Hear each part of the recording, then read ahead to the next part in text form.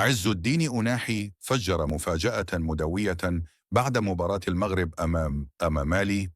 اللاعب لم يتردد في التعبير عن غضبه من اختيارات المدرب وليد الركراكي، مؤكدا أن التغييرات لم تكن في محلها وأنها أثرت سلبا على أداء المنتخب.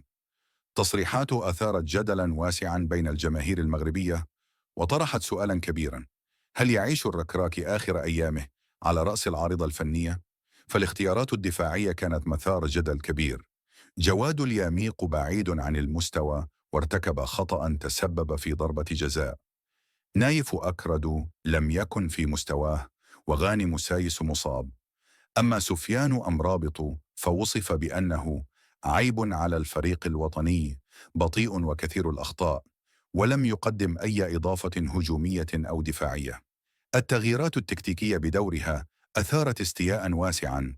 إخراج إبراهيم دياز كان خطأ فادحا، لأنه اللاعب الوحيد الذي كان يخلق الحلول الفردية، مع تجاهل لاعبيين مثل الطالبي وأخماش الذين كان يمكن أن يفاجئوا الخصم بسرعتهم ومهاراتهم.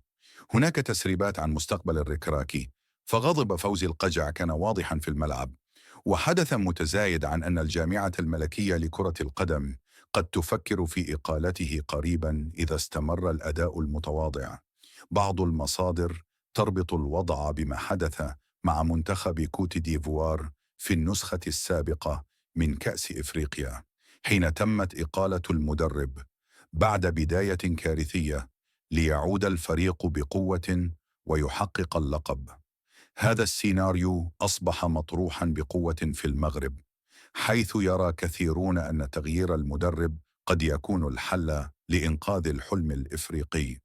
تصريحات أوناحي لم تكن مجرد غضب لاعب، بل رسالة واضحة أن غرفة الملابس لم تعد موحدة خلف الركراكي. ومع تزايد الضغط الجماهيري والإعلامي، يبقى السؤال الكبير: هل يتكرر سيناريو كوت ديفوار ويكون تغيير المدرب هو مفتاح العودة إلى منصة التتويج؟